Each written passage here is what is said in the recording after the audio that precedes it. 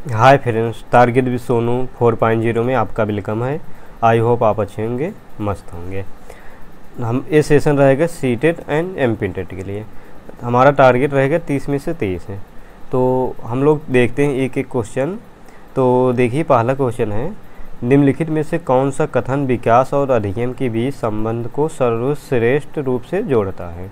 तो ऑप्शन है विकास अधिगम से स्वतंत्र है, बी है अधिगम विकास के पीछे रहता है, और सी है अधिगम और विकास समानार्थक परिभाषित शब्द हैं, और डी है अधिगम और विकास एक जटिल तरीके से अंतर संबंधित होता है।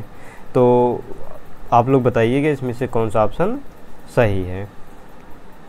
इसमें ऑप्शन नंबर डी सही है, अधिगम और विकास का जटिल तरीके से अंतर संबंधित होता है। तो अधिगम और विकास एक जटिल तरीके से अंतर संबंधित होता है क्योंकि व्यक्ति अपनी दैनिक क्रियाओं और अनुभवों द्वारा कुछ न कुछ सीखता है, फलस्वरूप उसका शारीरिक और मानसिक विकास होता है। सीखने की इस विशेषता को पेस्टोलॉजी ने वृक्ष और फ्रोबेल ने उपवन का उदाहरण ले देकर स्पष्ट किया था। दूसरा है, डैश तथा डैश की विशिष्ट अन्योन्य क्रिया का परिणाम होता है। विकास के विविध मार्गों और निष्कर्षों के रूप में हो सकता है। तो ऑप्शन है खोज पोषण, चुनौती सीमाएं, सी है वंशानुक्रम पर्यावरण, और डी है स्थिरता एवं परिवर्तन। तो आप लोग बताइएगा इसमें से कौन सा ऑप्शन सही है। इसमें ऑप्शन नंबर सी सही है, वंशानुक्रम एवं पर्यावरण। जैसे वंशानुक्रम तथा पर्यावरण की विशिष्ट अन्योन्य का परिणाम विकास के विविध मार्गों और निष्कर्षों के रूप में हो सकता है। 3 है, विकास के बारे में निम्नलिखित में से कौन सा एक कथन है। विकासात्मक परिवर्तन एक सीधी रेखा में आगे जाता है, बी है विकास जन्म से किशोरावस्था तक आगे की ओर बढ़ता है और फिर पीछे की ओर जाता है, सी है विकास विभिन्न व्यक्तियों में विभिन्न गति से होता है, डी है विकास जन्म से किशोरावस्था तक बहुत तीव्र गति से होता है और उसके बाद रुक जाता है। तो आप लोग बताइए कि इसमें से कौन सा ऑप्शन सही है। इसमें ऑप्शन नंबर सी सही है, विकास विभिन्न व्यक्तियों में विभिन्न गति से होता है। 4 है, किसी भी बालक के मानसिक रूप से अस्वस्थ होने का कारण है। ऑप्शन है परिवार का वातावरण, बी है कक्षा का वातावरण, और सी है पास पड़ोस का वातावरण, और डी है उपरोक्त सभी। तो आप लोग बताइए इसमें से कौन सा ऑप्शन सही है। इसमें ऑप्शन नंबर डी है उपरोक्त में से सभी। 5 है, मानव व्यक्तित्व परिणाम है। ऑप्शन है केवल आनुवंशिकता का, बी है पालन पोषण और शिक्षा का, सी है आनुवंशिकता और वातावरण की अंतःक्रिया का, और डी है केवल वातावरण का। तो आप लोग बताइएगा इसमें से कौन सा ऑप्शन सही है। इसमें ऑप्शन नंबर सी सही है, आनुवंशिकता और वातावरण की अंतःक्रिया का होता है। 6 है, विद्यालय और समाजीकरण के बारे में निम्नलिखित में से क्या सत्य है। ऑप्शन है विद्यालय समाजीकरण का पहला मुख्य कारण है, और बी है विद्यालय समाजीकरण का एक महत्वपूर्ण कारक है, सी है समाजीकरण में विद्यालय की कोई भूमिका नहीं होती है, और डी है समाजीकरण में विद्यालय की बहुत थोड़ी भूमिका होती है। तो आप लोग बताइए कि इसमें से कौन सा ऑप्शन सही है। इसमें ऑप्शन नंबर बी सही है, विद्यालय समाजीकरण का एक महत्वपूर्ण कारक है। 7 है, थॉर्नडाइक ने अपने सिद्धांत को किस शीर्षक से सिद्ध किया। ऑप्शन है संज्ञानात्मक अधिगम से, और बी है अधिगम के प्रयास एवं भूल से, और सी है संकेत अधिगम से, और डी है स्थान अधिगम से। तो आप लोग बताइए इसमें से कौन सा ऑप्शन सही है। इसमें ऑप्शन नंबर बी सही है, अधिगम के प्रयास एवं भूल से। 8 है, निम्नलिखित में से कौन सा स्थित बाल केंद्रित कक्ष को प्रदर्शित कर रही है। ऑप्शन है एक कक्षा जिसमें शिक्षिका नोट लिखा देती है और शिक्षार्थियों से उन्हें याद करने के कहती है, और बी है एक कक्षा में जिसमें पाठ्य पुस्तक एकमात्र संसाधन होता है जिसमें संदर्भ शिक्षिका होती हैं।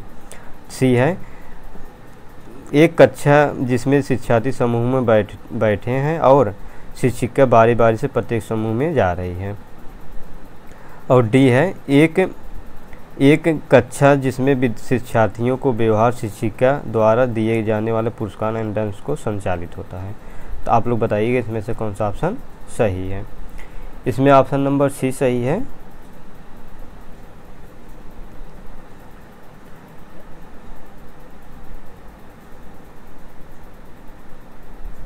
एक कक्षा जिसमें विद्यार्थी समूह में बैठे और शिक्षिका बारी बारी प्रत्येक समूह में जा रही है। बालकनी शिक्षण के अंतर्गत कक्ष वातावरण तथा पाठ्यक्रम स्वरूप बालक के अनुकूल तैयार किया जाता है ताकि बालक सहज और सरल ढंग से सीख सकें। एक कक्षा जिसमें शिक्षार्थी समूह में बैठे हैं और शिक्षिका बारी बारी से प्रत्येक समूह में जा रही है।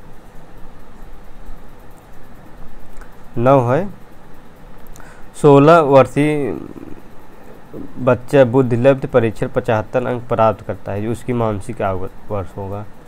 तो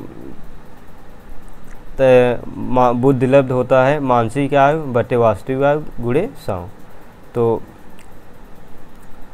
IQ दिया है इसमें, मतलब बुद्धिलब्ध दिया है 16 और क्या नाम है परीक्षा अंक प्राप्त मतलब 75 सॉरी IQ है 75 और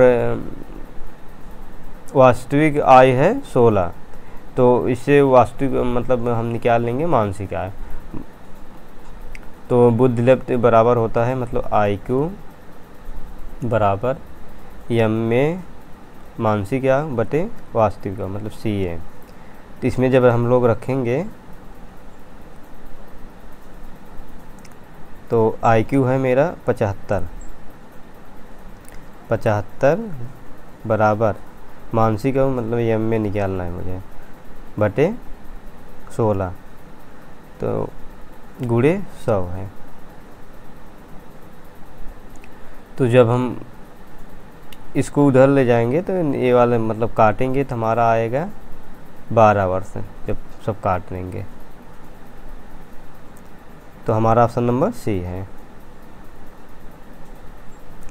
10 है पहचान विकास संबंधित है। ऑप्शन है एरिक्सन के सिद्धांत से, बी है फ्रायड के सिद्धांत से, सी है वाइगोस्की के सिद्धांत से और डी है डेवी के सिद्धांत से। तो आप लोग बताइए इसमें से कौन सा ऑप्शन सही है। इसमें ऑप्शन नंबर ए सही है एरिक्सन के सिद्धांत से। 11 है भाषा विकास के लिए प्रारंभिक बचपन काल है कम महत्वपूर्ण अमहत्वपूर्ण और सी है अति संवेदनशील और डी है निरपेक्ष। तो आप लोग बताइए कि इसमें से कौन सा ऑप्शन सही है। इसमें ऑप्शन नंबर है सी अति संवेदनशील। 12 है कक्षा 8 का एक पाठ्यपुस्तक में इस प्रकार के चित्र है। शिक्षिका उसे घरेलू काम करने वाली एक रूप में महिला जबकि डॉक्टर एंड पायलट के रूप में पुरुष है। इस प्रकार के चित्र में बढ़ सकती है मतलब लिंग रूढ़िवादिता, बी है लिंग शक्ति सशक्तिकरण और सी है लिंग भूमिका निर्वाह खेल और डी है लिंग स्थिरता। तो आप लोग बताइए इसमें से कौन सा ऑप्शन सही। इसमें ऑप्शन नंबर ए है लिंग रूढ़िवादिता। 13 है व्यक्तियों में एक दूसरे से भिन्नता क्यों होती है। ऑप्शन है वातावरण के प्रभाव के कारण, बी है जन्मजात विशेषताओं के कारण और सी है वंशानुकरण और वातावरण के बीच अन्योन्य क्रिया के कारण और डी है प्रत्येक व्यक्ति को उसके माता पिता को जीनों को भिन्न समुच्चय प्राप्त होने के कारण। तो आप लोग बताइए इसमें से कौन सा ऑप्शन सही है। इसमें ऑप्शन नंबर है सी वंशानुक्रम और वातावरण के बीच अन्योन्य क्रिया के कारण। 14 है एक शिक्षिका कक्षा के कार्य को एकत्र करता है और उन्हें पढ़ाता है, उसके बाद योजना बनाता है और अपने अगले पाठ को शिक्षार्थियों को आवश्यकताओं को पूरा करने के लिए समायोजित करता है। वह कर रहा है तो ऑप्शन है सीखने के रूप में आकलन, बी है सीखने के लिए आकलन, और सी है सीखने के समय आकलन, और डी है सीखने का आकलन। तो आप लोग बताइए कि इसमें से कौन सा ऑप्शन सही है। इसमें ऑप्शन नंबर बी सही है, सीखने के लिए आकलन। आप लोग ध्यान से पढ़ेंगे तो आप लोग उत्तर खोज लेंगे।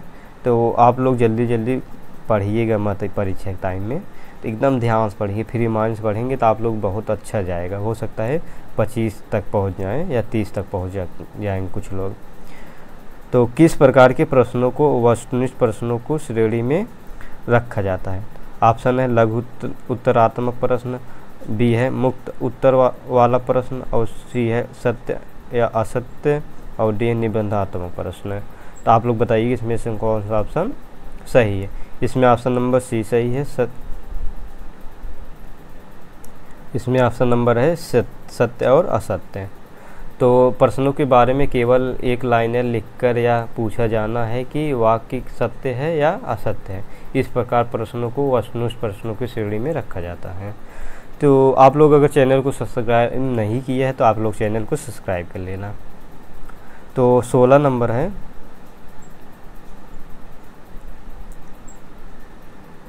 वंचित वर्ग की पृष्ठभूमि के बच्चों को शिक्षा प्रदान करने के लिए शिक्षक को चाहिए कि ऑप्शन है उन्हें बहुत सा लिखित कार्य दें, बी है उनके बारे में अधिक जानकारी जुटाने का प्रयास करें, और उन्हें कक्षा में होने का चर्चा में शामिल करें, और सी है उन्हें कक्षा में अलग बिठाएं, और डी है उन पर ध्यान न दें क्योंकि वे दूसरे शिक्षार्थियों के साथ अंतःक्रिया नहीं कर सकें। आप लोग बताइए कि इसमें से कौन सा ऑप्शन सही है। ऑप्शन नंबर बी सही है, उनके बारे में अधिक जानकारी जुटाने का प्रयास करेंगे और उन्हें कक्षा में होने वाली चर्चा में शामिल करेंगे। 17 है, अधिगम अशक्तता वाले ऑप्शन है बच्चों को एक समान दिखाने देने वाले अक्षरों को वर्णों को में भ्रम होता है, बी है बच्चे दृष्ट शब्दों साइट वर्ड्स और आसानी से पहचानते और समझते हैं, सी है बच्चों को मानसिक विकास मंद होता है, और डी है बच्चे निम्न बुद्धि वाले होते हैं। तो आप लोग बताइएगा इसमें से कौन सा ऑप्शन सही है। इसमें ऑप्शन नंबर ए सही है, बच्चों को एक समान दिखाई देने वाले अक्षरों को वर्णों को में भ्रम होता है। 18 है, कक्षा में सृजनात्मक और प्रभावशाली बच्चों के लिए आवश्यक हस्तक्षेप निर्भर करता है। ऑप्शन है शिक्षक द्वारा अनुकूल और प्रेरक निर्देशन तरीकों के उपयोग पर, बी है उन्हें अतिरिक्त समय दिए जाने पर, और सी है उनके प्रति स्नेह होने के नाते पर, और डी है उन्हें अन्य बच्चों को पढ़ाने की जिम्मेदारी देने पर। तो आप लोग बताइए कि इसमें से कौन सा ऑप्शन सही है। इसमें ऑप्शन नंबर ए सही है, शिक्षक द्वारा अनुकूलित और प्रेरक निर्देशन तरीकों से उपयोग पर। 19 है, जन्म के समय लगी चोट या भ्रूण क्षति की वजह से आई मानसिक मंदता कहलाती है, जैविक मंदता, बी है पारिवारिक मंदता, और डी है आकस्मिक मंदता, और डी है चिकित्सा मंदता। तो आप लोग बताइएगा इसमें से कौन सा ऑप्शन सही है। इसमें ऑप्शन नंबर ए है जैविक मंदता।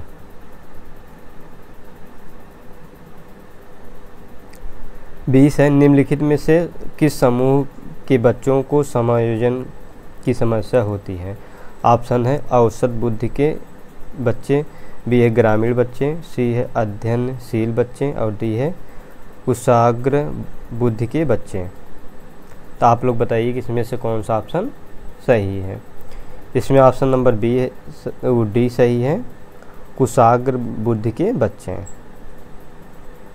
21 है, सीखने समृद्ध हो सकता है यदि कक्षा में अधिक से अधिक शिक्षण सामग्री का प्रयोग किए जाए, बी है शिक्षक विभिन्न प्रकार के व्याख्यानों और स्पष्टीकरण का प्रयोग करें, और सी है कक्षा में आवधिक परीक्षाओं को अपेक्षित ध्यान दिए जाए, और डी है वास्तविक दुनिया से उदाहरणों को कक्षा में लाया जाए, जिसमें विद्यार्थी एक दूसरे से अंतःक्रिया करे और शिक्षक उस प्रक्रिया को सुगम बनाए। तो आप लोग बताइए इसमें से कौन सा ऑप्शन सही है। इसमें ऑप्शन नंबर डी सही है। वास्तविक दुनिया से उदाहरणों को कक्षा में लाया जाए जिसमें विद्यार्थी एक दूसरे से अंतःक्रिया करें और शिक्षक उस प्रक्रिया को सुगम बनाए। 22 है।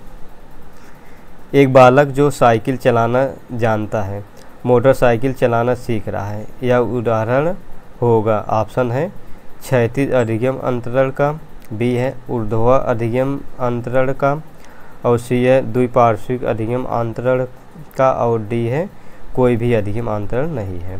तो आप लोग बताइएगा इसमें से कौन सा ऑप्शन सही है। इसमें ऑप्शन नंबर बी सही, ऊर्ध्वाधर अधिगम अंतरण का।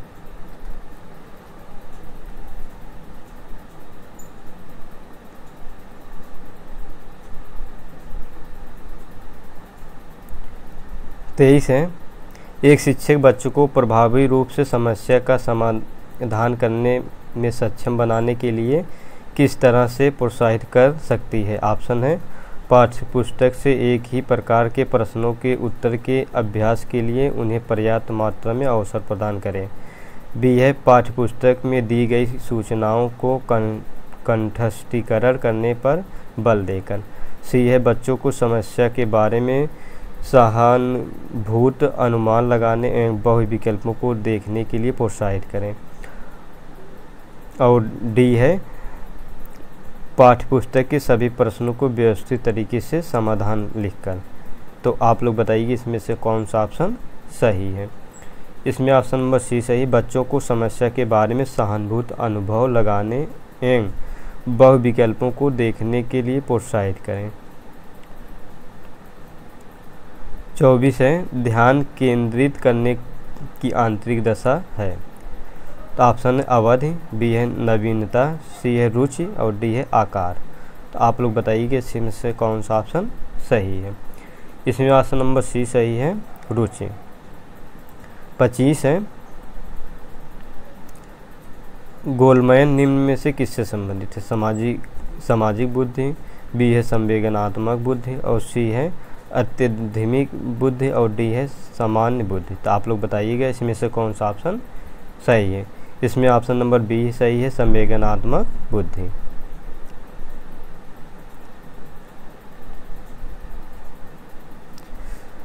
26 है। राजेश अति लोलुप पाठक है, वह अपने कोर्स की पुस्तक पढ़ने की अतिरिक्त प्रायः पुस्तकालय जाता है और विभिन्न प्रकरणों पर पुस्तकें पढ़ाता है। इतना ही नहीं, राजेश भोजन अवकाश में अपने परियोजना कार्य करता है। उसे परीक्षाओं के लिए पढ़ने के लिए अपने शिक्षकों अथवा अभिभावकों द्वारा कभी भी कहने की ज़रूरत नहीं है, और वह वास्तव में सीखने का आनंद लेता नज़र आता है। उसे डैश डैश के रूप में सर्वाधिक बेहतर रूप से वर्णित किया जा सकता है। ऑप्शन है आंतरिक रूप से अभिप्रेरण शिक्षार्थी, बी है तथ्य आधारित शिक्षार्थी, सी है शिक्षक अभिप्रेरित शिक्षार्थी, और डी है आकलन आधारित शिक्षार्थी। तो आप लोग बताइए कि इसमें से कौन सा ऑप्शन सही है। इसमें ऑप्शन नंबर ए सही है, आंतरिक रूप से अभिप्रेरित शिक्षार्थी। 27 है। अनुसंधान समझाते हैं कि एक विविध कक्षा में अपने विद्यार्थियों से शिक्षिका की अपेक्षाएं विद्यार्थियों के अधिगम ऑप्शन है पर महत्वपूर्ण प्रभाव छोड़ती है, बी है का एक मात्र निर्धारक होती है, सी है के साथ संबंधित नहीं मानी जानी चाहिए, और सी है डी है पर कोई प्रभाव नहीं छोड़ती है। तो आप लोग बताइएगा इसमें से कौन सा ऑप्शन सही है। इसमें ऑप्शन नंबर ए सही पर महत्वपूर्ण प्रभाव छोड़ती है। 28 है। संकल्पात्मक परामर्श के जन्मदाता है विलियमसन, बी है थॉमसन, सी है रोजर्स, और डी है इनमें से कोई नहीं। तो आप लोग बताइएगा इसमें से कौन सा ऑप्शन सही है। इसमें ऑप्शन नंबर थारने है, ऑप्शन नंबर बी। 29 है, निम्नलिखित में से किस विधि का प्रयोग इस मिनट के मापने के लिए नहीं किया जा सकता? प्रत्यारोहण विधि, बी है तार्किक विधि, और सी है पहचान विधि, और डी है पुनः सीखना विधि। तो आप लोग बताइए कि इसमें से कौन सा ऑप्शन सही है। इसमें ऑप्शन नंबर बी है तार्किक विधि। पूछे नहीं, ये गणित का है तार्किक विधि।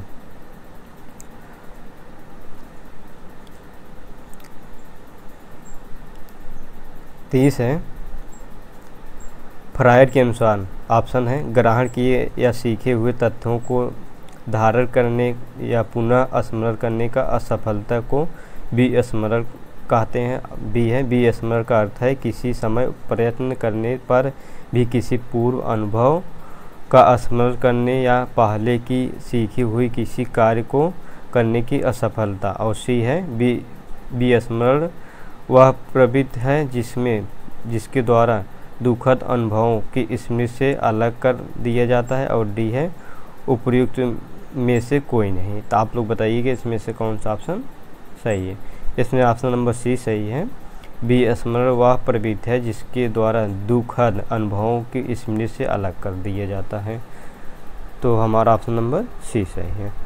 तो आप लोग बताइएगा 30 में से कितना आप लोगों को स्कोर गया है।